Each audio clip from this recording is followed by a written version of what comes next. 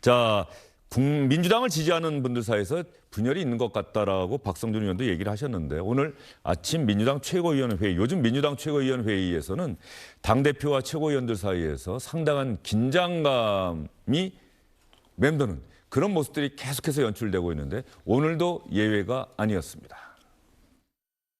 세계 무대에서도 대체불가 대한민국을 보여준 이재명 대통령의 행보는 곧 국민 여러분의 품격과 자부심이 될 것입니다. 당원 개정안이 80%가 넘는 투표율과 80%가 넘는 높은 찬성률로 통과되었습니다. 민주당은 모두는 이재명 정부의 성공을 바라는 친명입니다. 그런 의미에서 이재명 정부의 성공과 정권 재창출을 바라는 민주당원과 지지자는 모두 당원 주권 당원파이고 개혁파입니다. 당원 주권 정당 1인 1표제는 누구도 부정할 수 없는 가치입니다. 우리 지도부 모두에게 묻습니다. 대통령이 달리는 동안 우리는 호교 브레이크를 밟고 있지는 않았습니까? 하나가 되져가면서 분열의 목소리를 냅니다. 선거에 책임 있는 사람들이 스스로 평가하는 방식으로는 국민과 당원의 신뢰를 얻기 어렵습니다. 축구 경기에서 패배한 감독과 코치진이 경기 평가서를 직접 작성한다면 누가 그 결과를 신뢰하겠습니까? 당원은 영원하지만 당권은 유한하다는 말씀 분명히 드립니다. 제가 당대표가 된 이래로 지면 인터뷰를 한 번도 하지 않았습니다.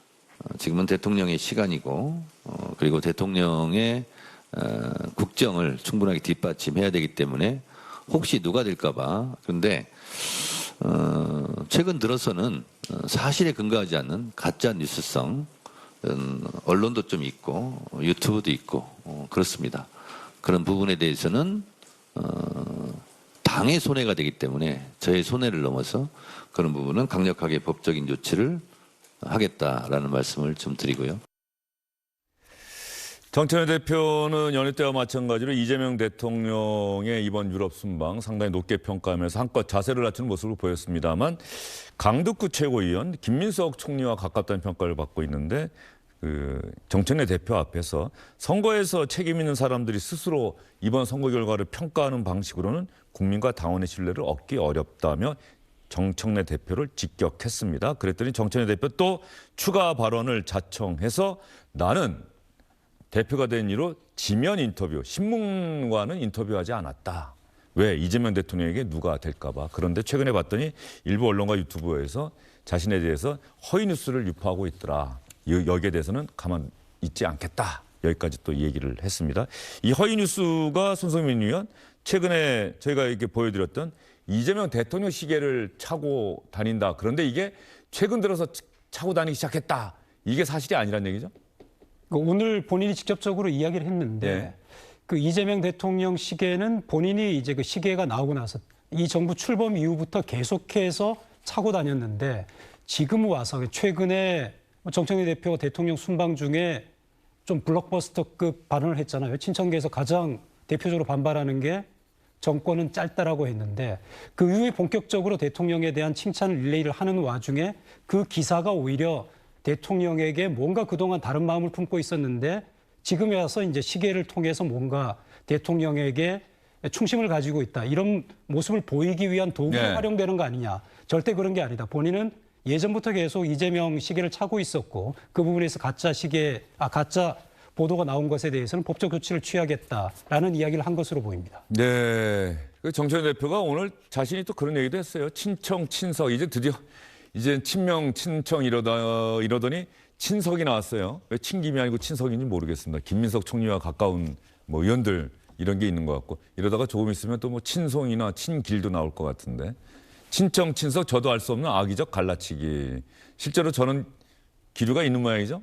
아니 이제 보통 이제 정당이라고 하는 것이 이제 선거가 끝났잖아요. 지방선거 끝나면 거기에 따라서 평가를 하고 매듭을 짓고 다음으로 나가야 되는 건데 그 나가는 과정에 우리 당은 전당대회가 있는 거예요. 그 전당대회라는 건 누가요? 우리 당원들과 우리 지지자들의 상징성 있는 인물이 나와서 깃발을 꽂고 그 깃발은 뭐냐면 이재명 정부의 성공과 다음에 누가 더 잘할 수 있느냐에 대한 경쟁 아니겠습니까? 그러면 정청래 현 대표에 대한 평가가 분명히 있는 거 아니에요? 그 평가가 있는 거고 또 다른 후보에 대한 기대가 있는 거 아니에요? 여기에 따라서 지지자들이 지금 상당히 열렬한 지지도 보내고 비판도 하고 그런 과정이란 말이에요. 예. 그 과정에서 저는 뭐를 내놓아야 되냐면 내가 이런 일을 할 수 있다라고 하는 이제 상품을 내놔야 되는 거 아니겠습니까? 그 과정에 있는 건데 저는 이제 정청래 지금 당대표 체제에 대해서 지금 지방선거에 대해서 우리 당원들이 만족한 수준은 아니란 말이에요. 예. 거기에 대한 날카로운 판단이 있고 평가가 있는 것은 분명한 거고 그 평가에 대해서는 저는 지도부가 할 수 있는 건 아니지 않습니까? 제3자적 시각에서 평가를 하고 저는 이 평가를 넘어서 이 전당대회는 더 나가야 된다는 생각이 들어요. 그건 뭐냐? 이재명 정부 성공 아니겠습니까? 그래서 지금 나온 거 보면 지방선거 결과뿐만 아니라 여론조사 같은 경우도 지금 우리 지지자들도 여론조사 참여를 안 하고 있고 그와 반면에 우리 민주당에 대한 걱정 목소리가 많이 있단 말이에요. 예. 그걸 극복하는 과정이 이번 한 2달 남은 이 전당대회 과정이고 저는 그 후보가 어떤 리더십을 보여줄 건가에 대한 부분을 가지고 우리 당원들에게 지지를 보내야 되는 거죠. 그리고 나서 그걸 끝나고 더 나가는 민주당의 모습으로 가야 되는 것이지 지금 안에 있는 이러한 당내 지금 정청래 대표 체제 아래서에 있는 지도부 체제의 모습을 가지고는 저는 좋은 점수를 주기는 어렵다고 봅니다. 예. 공교롭게 주영진의 뉴스 브리핑 네. 이번 주에 출연한 의원들, 지방선거 이후에 출연한 의원들이 민주당 의원들이 정청래 대표는 물러나고 다음 전당대회도 나오지 않는 게 좋겠다고 얘기하는 의원들이 있었어요. 공개적으로. 이기현 의원도 어제 그렇게 이야기를 했고 이영우 의원도 대통령의 지방선거 결과 평가를 딱 보고서 너무나도 놀랐고 너무나도 동의하는데 우리 지도부에서는 과연 저런 평가가 나온 적이 있는가. 반성해야 된다. 이런 얘기를 했었단 말이죠. 박성준 의원 생각은 어떠십니까?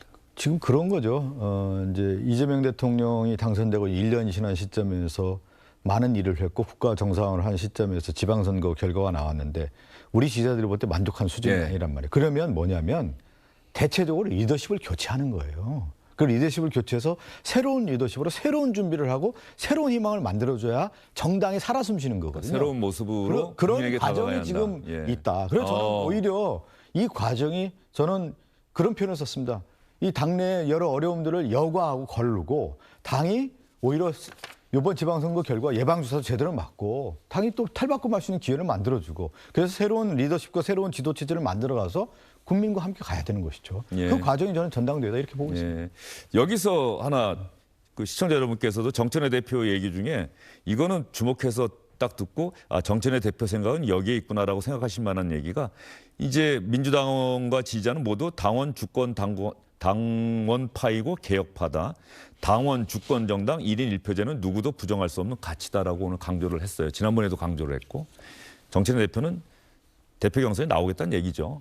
그러니까 당원들의 제가- 뜻을 묻겠다라고 하는 게 뭐 너무나도 명확한 건 아닙니까? 나온다라는 예. 건 상수고 제가 볼 예, 때는 예. 그러니까 예. 어떤 분들은 뭐 나오지 않았으면 좋겠다 이런 의견을 예. 하는 건데 저는 정청래 대표가 나온다라는 건 좀 상수로 봐요. 근데 정청래 대표가 지금까지 내세웠던 것이 당원 주권이고 1인 1표 얘기를 많이 하지 않았습니까? 더 나은 얘기를 해야 되죠. 새로운 얘기. 새로운 얘기가 나와야 되고 왜 그러면 정청래 대표 체제에 대해서 많은 사람들이 의구심을 갖고 있고 걱정하는 목소리가 있는지 탈바꿈하고 새로운 모습을 보여줘야 되는 건데 지금의 이 모습 가지고 과연 저는 다음 전당대회에서 그리고 새로운 지도체의 리더십을 보여줄 수 있냐에 대한 부분은 점수가 그렇게 좋은 점수는 아니기 때문에 결국은 경쟁을 통해서 다른 후보들 있잖아요. 지금 나온다는 후보들이 꽤 있어요. 그 후보들이 어떤 얘기가 나오고 민주당을 어떻게 하고 이재명 정부 성공을 위해서 당 정청을 어떻게 하고 그 가운데 민주당이 개혁해야 할 개혁 입법이라든가 세계의 지금 경쟁이 엄청 치열하지 않습니까? 그 가운데 민주당은 어떻게 해야 되는지 이거를 국민들뿐만 아니라 우리 당원들에게 마음을 사야 되는 거 아니겠습니까? 근데 저는 정청래 대표가 얘기하는 1인 1표제 당원 주권만 가지고 이미 정청래 대표는 지난 당대표 선거 때 이 문제를 가지고 당대표가 됐단 말이에요. 그랬죠. 근데 이거를 예. 다시 또 당대표의 선거 카드로 쓴다라고 했을 경우에 받아들일 수 있겠느냐. 저는 또 다른 얘기가 나와야 되고 그것은 비전의 얘기. 이 위기에 극복할 수 있는 리더십의 모습을 가지고 정청래 대표가 나오는 것이지 저는 대표로 나온다고 봅니다. 근데 그 경쟁에서 과연 경쟁력 있는 카드로서 만들 수 있느냐에 대한 부분은 조금 회의적이라는 얘기죠. 예, 박성준 의원 얘기는 뭐 정청래 대표 측에서도 좀 귀담아 들어야 될 얘기 같다는 생각이 좀 들고요. 손성민 의원, 내일 이재명 대통령 귀국하잖아요. 출국할 때는 정청래 대표가 안 보였고 김민석 총리가 보였고 그래서 이게 청와대 의중 아니냐는 그런 얘기가 있었는데 내일 귀국하는 현장에는 정청래 대표가 가나요? 안 가나요? 못 가나요? 지금 민주당 출입 예. 기자와 청와대 출입 기자들이 모두 이 이슈에 가지고 전력 투구하다시피 취재를 하고 있는데 내일 귀국입니다. 내일. 들어오기 예. 전까지 2시까지 제가 확인한 바로는 아직은 모르겠답니다. 일단 오늘 당에서 강준현 수석 대변인 말로도 아직은 지금 청와대와 당이 어느 순간에 이야기를 할 텐데 아직까지 확정되거나 알려진 건 없다라고 했고 그다음 출입 기자들 이야기로도 사실 청와대에서 그 사이 순방 도중에 아까 정권은 짧다라는 이야기도 있었지만은 정청래 대표가 그 이후에 여러 가지 하여튼 칭찬 릴레이를 했지만 어떤 이야기를 하더라도 사실 진심으로 받아들여지지 않는다. 화가 많이 났다. 예. 이런 이야기가 좀 청와대에서 나오고 있거든요. 하지만 그렇다고 해서 내일 정청래 대표를 공항에서 마중하는 모습을 보이지 않는다는 거는 대통령과 청와대 입장에서는 너무나 명확한 메시지. 이제는 뒤로 이제 돌아설 수 없는 메시지가 나오는 거기 때문에 청와대 정무라인 중심으로 뭔가 이제 접점을 찾으려고 노력한 분위기가 있다는 정도의 이야기는 나와요. 그리고 내일 지금 뭐 현지 일정을 봐야겠습니다만은 현지 일정을 토대로 이제 역산해 보면은 아마 대통령이 돌아오는 시간이 이른 아침은 아닐 겁니다. 그래서 네. 아마 내일 오전 중이라도 기내에서 청와대 정무라인 그다음에 민주당 지도부 사이에 이 부분에 대해서 뭔가 좀 더 갈등지향적인 모습이 아니고 봉합하고 함께 나아가는 모습을 보이려고 끝까지 아마 접점을 만들려는 노력은 할 것 같습니다. 예. 자, 그러면 이 문제와 관련해서 기자들이 워낙 질문을 많이 던지니까 강준현 민주당 수석 대변인이 기자들 질문에 답변을 할 수밖에 없었겠죠. 들어보시죠. 내일 마중 나가시는 거는 아직 청와대 쪽에서 아직 연락은 안 온 걸로 알고 있고요. 아마도 소통을 하시겠죠. 결과가 나오면 알려드리겠습니다. 자, 김영우 의원 여당 야당 다 해보셨죠? 다 해봤죠. 통상적으로 저 대통령 해외 순방 출국장 비국장에 여당 지도부가 나가는 거는 뭐 일종의 관행 아니겠죠. 늘 가던 일인. 그런데 지난번에는 갑자기 늘 가던 정청래 대표가 안 보였기 때문에 뭐 확 주목을 받은 거죠. 네? 그러니까 저는 그것도 있어요. 네. 그러니까 이재명 대통령과 정청래 당대표가 좀 성격적인 문제도 있다고 봅니다. 성격적인 문제는 뭐냐면은 본인이 가지고 있는 예. 감정이나 정서나 판단을 직설적으로 사이다죠, 사실. 두 분 다 사이다죠. 고구마가 아니죠. 예. 그런데 제가 심각하다 생각을 했던 거는 1차적으로는 6.3 지방선거에 대한 확연한 그 인식의 차이입니다. 결과를 보는 시각 차이가 너무 컸잖아요. 당일날 이제 그 선거 끝나고 나서 정청래 당대표는 전국적인 승리이기 때문에 국민과 당원께 감사합니다. 그렇죠. 이렇게 딱 냈단 말이에요. 그게 정청래 당 지도부의 판단이었죠. 평가였죠. 그런데 그 다음날 또 이재명 대통령은 이겨야 될 곳에 졌단 말이죠. 이거는 승리라고 할 수 없죠. 예. 정반대의 그 평가를 했어요. 민심의 경고다. 예. 그래서 야, 이거 선거를 놓고 보통은 이제 대통령 입장에서는 아쉬운 점은 있지만은 당 지도부 당 대표 쪽에서도 또 고생을 많이 했다. 뭐 요 정도가 또 관례죠, 사실. 그런데 이겨야 될 곳에서 졌죠. 그러니까 부산 북갑이라든지 서울시에서 다 명피가 아닙니까? 그리고 이제 평택을해서 그래서 그거에 대한 판단이 너무나 달랐다. 그런데 거기까지는 또 그렇다고 쳐요. 예. 여당 당대표가 정권은 짧다. 이거는 루비콘강을 저는 건넜다고 봅니다. 그래서 내일 공항에 지금도 마중을 예. 가든 안 가든 예. 이미 루비콘강을 건넜고 이번에 이제 전당대회는 결국은 어떻게 보면은 이재명 대 정청래예요. 구도가. 정청래 대표가 그날 최고위원 회의에서 처음 준비한 모두 발언은 그 얘기가 없었는데 다 끝나고 나서 추가 발언을 또 자청해서 하다가 그 얘기가 나온 거란 말이에요. 국민은 영원하고 정권은 짧다. 이거는 여당 의원들이 들어봐도 정청래 대표가 뭐 저 얘기를 왜 하지? 라는 생각을 했을 것 같아요. 오해의 소지가 분명히 있는 네. 거예요. 오해의 소지가 있는데 이제 이런 거잖아요. 야당일 때의 정치적 수사와 집권 여당일 때의 정치적 언어와 수사라고 하는 것은 달라져야 되는 거거든요. 근데 정청래 대표는 야당의 투사형이고 공격수 역할을 많이 해왔단 예. 말이죠. 그 언어가 정권은 짧다라는 언어를 많이 썼어요. 그랬는데 여당의 대표가 됐는데 그 언어를 쓰는 건 맞지가 않는 거죠. 그러다 보니까 여러 이제 해석이 나오는 거고 그것이 집권당 대표의 책임 있는 정책 수사가 아니다라고 하는 부분은 언론에서도 그렇게 나오는 거고 우리 지지자들도 그렇게 받아들이는 거기 때문에 저는 지난번에 이재명 대통령께서 말씀하신 내용 있지 않습니까? 집권당이라고 하는 것은 어떤 당이냐? 여당은 결국은 책임 있는 정당 아니겠습니까? 성과와 업적으로 만들어내야 되는 거고 그것이 막스 베버가 얘기하는 책임 윤리적 정신을 가지고 정치를 해야 된다라고 하는 부분이죠. 그러니까 우리가 정치를 할 때 정치 언어와 주의 주장에 의한 선언을 위한 정치를 하다 보면은 문제 해결이 되지 않아요. 그러니까 지금 장동혁 대표나 국민의힘의 정치 언어라고 하는 게 무슨 책임이 있어요. 그냥 재선거 하자. 뭐 그냥 다 부정선거다 이렇게 얘기하는 것은 그냥 주의 주장이란 말이죠. 근데 우리 집권 여당은 그게 그렇지가 않지 않습니까? 이 문제가 나왔을 때 이 문제를 해결하는 해결의 언어가 돼야 된다라고 하는 부분이기 때문에 그런 차원에서는 집권당의 정치 언어는 좀 달라야 된다는 말씀드리는 겁니다. 박성준 의원 얘기 듣다 보니까는 이재명 대통령이 유럽 순방 도중에 X에 올렸던 여당은 여당이란 이 글이 또 떠오릅니다. 무릇 진영이 아니라 국민 전체 또 주장이 아니라 설득 뭐 이런 언어들을 써야 된다라고 하는 얘기고 누가 봐도 정천의 대표 지도부를 향한 경고의 메시지 아니냐라고 또 기자들이 당연히 분석을 했던 거죠. 기억나시죠? 그럼요. 네. 기억나고 제가 느끼기에는 제가 판단하기에는 이제 예를 들면 검찰 개혁이라든지 뭐 그 공소 취소라든지 이런 거는 대통령의 입장에서는 이런 거를 잘 스무스하게 부드럽게 해가지고 해결하고 싶을 텐데 이 사실 정청래 대표만 해도 사실 8.6 민주화 운동권 출신으로서 정치를 오래 한 분들이 있잖아요. 네. 또 정청래 대표를 둘러싼 많은 그 86 세대들, 뭐 우리 같은 사람들이죠. 굉장히 검찰 개혁 자체를 굉장히 세게 강하게 빨리 밀어붙이고 싶어 합니다. 그러니까 현실적인 생각을 하는, 현실적인 고민을 하는 대통령하고 계속 충돌이 일어나는 거예요. 제가 볼 때. 그리고 거기에다가 또 운동권 출신과 비운동권 출신이라고 하는 민주당 내부에서의 그 오래 켜켜이 쌓인 족보가 있는 민주당 운동권 출신인데 그냥 야인으로서 혼자 큰 이재명 대통령이라고 하는 그 백그라운드가 다른 거죠. 그렇죠. 이런 게 같이 맞물리면서 굉장히 물러설 수 없는 너무나 위험한 지금 전쟁을 벌이고 있습니다.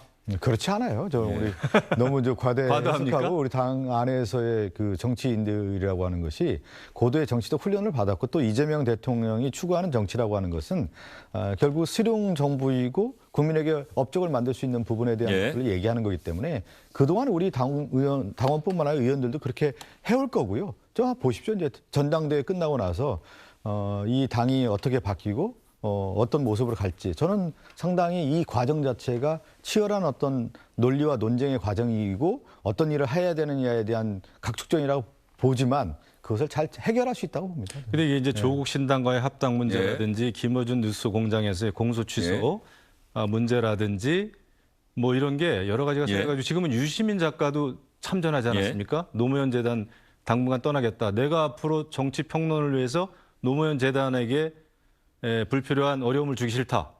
이게 이제 전쟁이죠. 밖에서 볼 땐 그런데요? 밖에서 볼 때는. 근데 이제 그렇게 비춰줄 수는 있는데 저는 그래서 이제 그런 얘기를 하는 거예요. 이재명 정부가 들어서 1년간은 정청래 대표의 어떤 용장의 모습이 있다고 하면은 이제 새로운 지도체제와 리더십을 통해서 뭐냐면 지략이 있어야 되는 거예요. 그래서 지장이 필요한 겁니다. 저는 그러한 목소리가 나오기 시작했고 그것이 새로운 지도체제를 변화시킬 수 있는 추동력과 역동성으로 지금 당이 움직이고 있는 거기 때문에 저는 새롭게 전환하는 시스템이 이번에 이제 전당대회를 통해 등장하는 시기다. 그래서 제가 그런 표현을 쓰는 거예요. 당 안에서의 여과의 작용들이 이루어지는 긍정적 시그널로 저는 만들어질 것이다라고 보고 있습니다. 박성준 의원 얘기 가만히 들어보니까 박성준 의원도 정청래 대표 체제가 아닌 이제 다음 체제는 뭔가 새로운 정치 또 새로운 정치 언어를 국민에게 제시하는 지도부가 나와야 된다는 문제의식을 갖고 계신 것 같고요. 이게 자막이 자꾸 멸칭 나가는데 시청자 여러분께서 다 이해하실지 모르겠습니다만 경멸의 뜻으로 부르는 뭐 일종의 이름이 되겠죠. 그래서 아까 조금 전에 문조 털레유 한강 새똥 돼지길 저거는 손성민 의원 다 아시겠어요? 문조 털레유는 많이 나오죠. 문재인 조국 전 대통령, 조국 전 조국의 김어준, 정청래, 유시민. 정청래 대표, 유시민 작가. 한강 새똥 돼지길이 정반대쪽이란 얘기죠?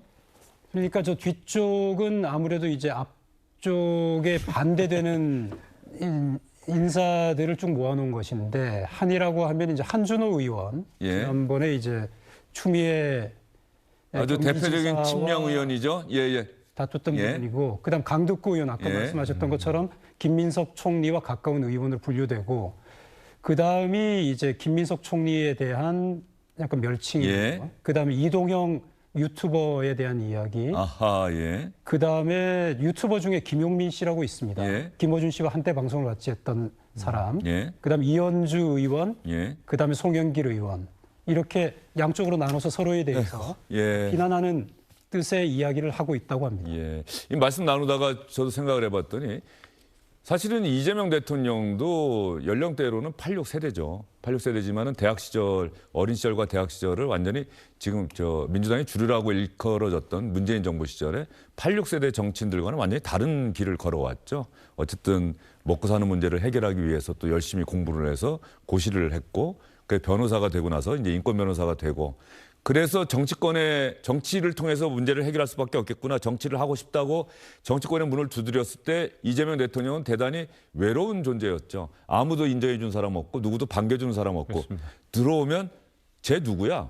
누군데 여기 들어와서 얘기를 해? 이런 이제 대우를 받았던 2007년 그 민주당 대선 후보 경선 때만 해도 제가 뭐 그 얘기는 현장에 있던 분들한테 여러 명한테 들었던 얘기예요. 그래서 쟤 오면 나 앞으로 내가 회의 안 나올 거니까 들어오지 말라 그래. 이런 대접까지 받았고 그때 이미 86세대 정치인들은 민주당 내에서 초선, 재선, 뭐 3선 이렇게 화려한 경력을 쌓아왔었는데 결과적으로 그런 86세대 정치인들은 대통령 후보가 되지도 못했고 대통령이 따로 되지도 못했고 근데 이재명 대통령은 오히려 전혀 다른 길을 걸어와서 그 성남시장 또 경남지사 또 탄핵 정국대 광화문 광장에서의 어떤 그 사람들의 마음을 사로잡는 연설로 새롭게 정치인으로 대중정치로 성장을 했고 이제 대통령이 됐다. 이제 86세대 정치들이 대통령의 참모가 됐잖아요. 예. 근데 이제 민당을 과거에 이제 시각으로 볼 때 이제 운동권적 시각, 예. 뭐 운동권들이 이제 헤게모니를 장악하고 이렇게 얘기를 많이 하는데 사실은 제가 2020년도에 국회의원이 됐잖아요. 네. 그 당시에 국회의원 한 반 이상이 새로운 전문가 영역으로 다 들어왔어요. 잘 아시겠지만 국민의힘은 그 공천을 하면서 혁신하지 못했거든요. 근데 2020년과 2024년에 우리 민당 의원들의 구성도를 한번 보십시오. 운동권적 시각으로 어떻게 볼 수가 있겠습니까? 근데 이제 당대표 선거를 하다 보면 정치 노선과 정치적 투쟁을 할 수밖에 없는 거죠. 그러다 보면 각을 세울 수가 있는 건데 과거의 이념적 색깔로 민당을 바라봐서는 안 된다는 이번에 거죠. 광역단체장 후보들 그러니까 보세요. 그런데 이제 왜 그러냐면 예, 그거는 예. 이제 과거에 정치를 행위를 했던 예. 분들이 이제 그렇게 공천을 받아서 될 수가 예, 있는 거예요. 예. 근데 지금 이제 우리 국회의원들 안에서의 구성비라고 하는 것은 2020년과 23년도에 내적 체질 개선을 했고 그것이 했기 때문에 2025년에 이재명 대통령이 당선될 수 있는 기반이 된 겁니다. 아, 국회의원들 국회의원들 제가 말씀하는 거예요. 예. 그러니까 과거의 기준으로 예. 보면은 이념 정당이고 운동권적 시각으로만 보면 그렇게 보여줄 수가 있는데 그렇지가 않다는 거예요. 체질 개선을 통해서 그것이 실용 정보를 나올 수 있는 토대가 형성됐다라는 예. 거예요. 그거 자체가 이번에 전당대회에 그러한 흐름으로 이제 저도 가야 된다라는 거예요. 우리 당이 정말 전 세계의 경쟁을 통해서 우뚝 설 수 있고 그 외에 맞는 민주당의 모습을 가고 보다 더 어떤 일을 하겠다라고 하는 상품들을 내놓는 그 정당의 대표가 돼야 되는 거 아니겠습니까? 과거의 그런 구도를 가지고 저는 이 민정을 바라봐서는 저는 아니다 이렇게 알겠습니다. 말씀드리는 겁니다. 예.